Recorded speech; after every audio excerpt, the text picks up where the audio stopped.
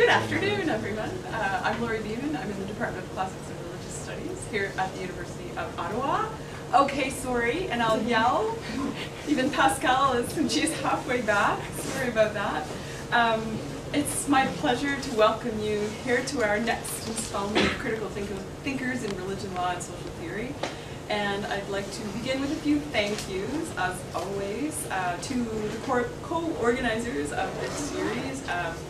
My colleague Pascal Fournier in law, André de Liberté, who's away on a visiting fellowship, so he's not here today, Elke Winter from sociology, so thank you for guiding this series through the year.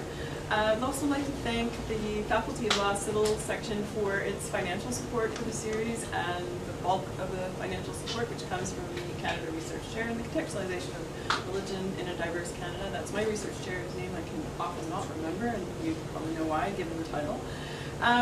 I would like to introduce our speaker today, Kim Knott. Professor Kim Knott, she's come to us from the University of Leeds and has managed to get here despite cancelled flights and nasty weather and all of the sorts of things that happen in winter travel, but sometimes summer travel as well. So we're extremely grateful to have Professor Knott with us.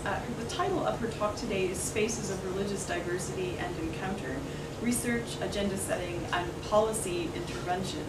I'll just tell you a little bit about Professor Knott. First, I'd like to thank her for, she did a workshop for graduate students yesterday, and whenever we can, we try to do these workshops with our critical thinkers to give graduate students at the University of Ottawa, in particular, an opportunity to work with the speaker. And just to be clear, for those of you who aren't in the Department of Classics and Religious Studies, you're always welcome, whether you're a graduate student in our department or not. We are always delighted to have outside graduate students. So if you're interested in that and your name is not on our list, please let us know. And we welcome graduate students not only from the University of Ottawa, but from the other universities in the area. So just to raise that. So thank you very much, Kim, for doing that. I've had some really positive feedback. The students have been revved.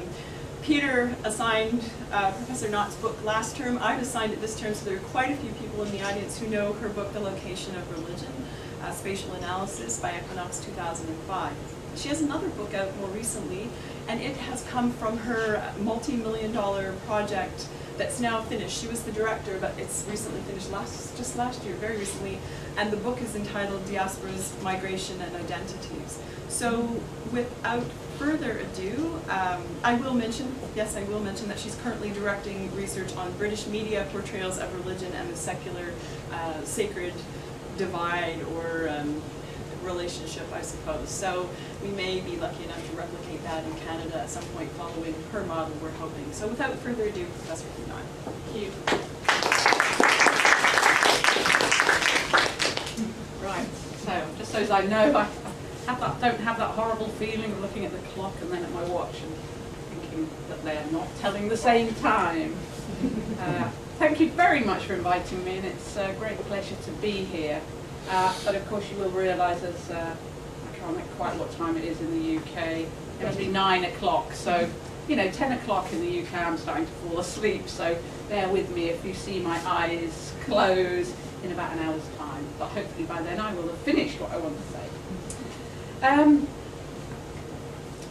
In preparation for this lecture, I thought I would just have a look a little bit at the Canadian context, and I'm not going to talk about that at all really, but I noticed that I was having a look at a Canadian Policy Research Institute special issue of the journal Horizons from 2009, and I noted that it was discussing the engagement of research on religious diversity with public policy.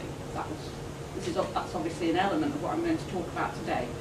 And I noted that although it presents this relationship in the context of 3 levels of policy analysis, the micro level, meso level, and macro levels, the contributions are weighted towards the macro level, at the level of the whole society. Furthermore, the focus in that special issue on quantitative research, which has unquestionable public value. I'm not here to criticise quantitative research, but it arguably biases the weighting towards macro analysis at the level of the whole society. And my question really is, what happens when we switch the modus operandi from a quantitative to a qualitative approach, and the focus of attention from the macro to the micro level? Whoops.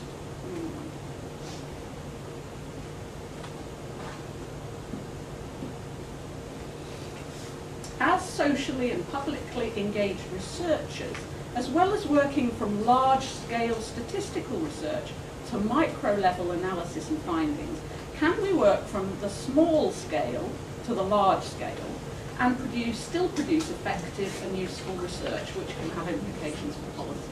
So that's the substance of what I'm interested in. Can we start small but think big? That's the strategy that I'm going to propose here.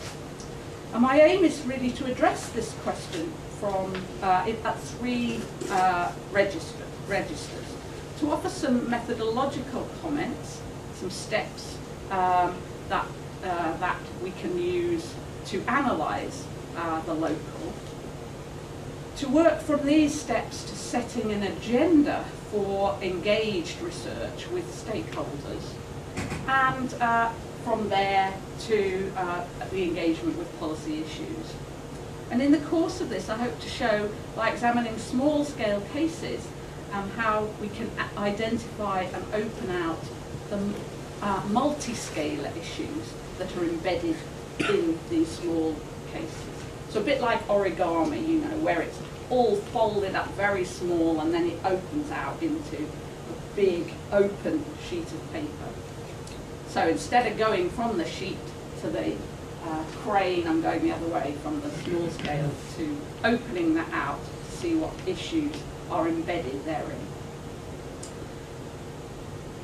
Now, before proceeding to unpack this small places to large issues strategy, and I'm just borrowing the title there of a book by Thomas Herlin Erickson from 1995. He's an anthropologist of religion. So before unpacking this strategy, I just want to begin with a theoretical justification, and I apologise to the students who I was working with yesterday that they will have already seen this in operation. But I want to just start with a small scale of the body and work outwards to the large issues of society and culture. I just want to illustrate that in relation to the work of a couple of theorists before I start.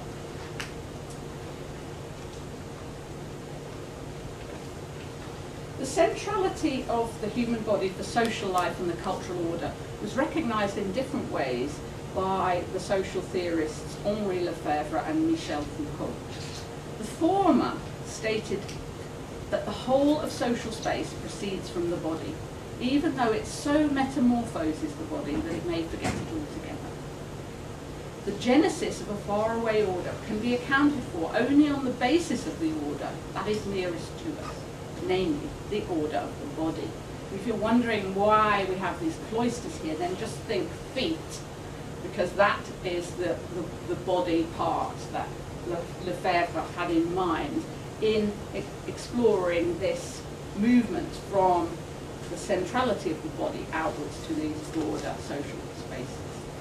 So he suggests that the act of walking, the development of cloisters within holy orders really arises from of the body part of the foot and the action that it takes in walking. Foucault implied a similar loss of memory as Lefebvre in relation to forces that shape the body. So moving the other way from the general to the particular, from the large scale to the small scale. And Foucault suggested that the place where the most minute and local social practices are linked up with large-scale organisation of power is the body. So the body is the place which really plays out some of these broader social and cultural issues and orders. So we have here two movements that it will be useful to remember in what I'm going to say. And that's the idea that social space and culture and political order proceed outwards from the body, and the counter one, that the body itself is forged by wider forces and practices. This global, local relationship is central to the strategy that I'm proposing here. The parts contain valuable information for understanding the whole. Indeed, the whole, whether this whole is national institutions or policy, global treaties or multinationals, this whole only makes sense in terms of its historical and spatial production, its local conditions, and its material entailments back in local places. So that's my kind of brief theoretical introduction. And I'll come back to the body in a minute.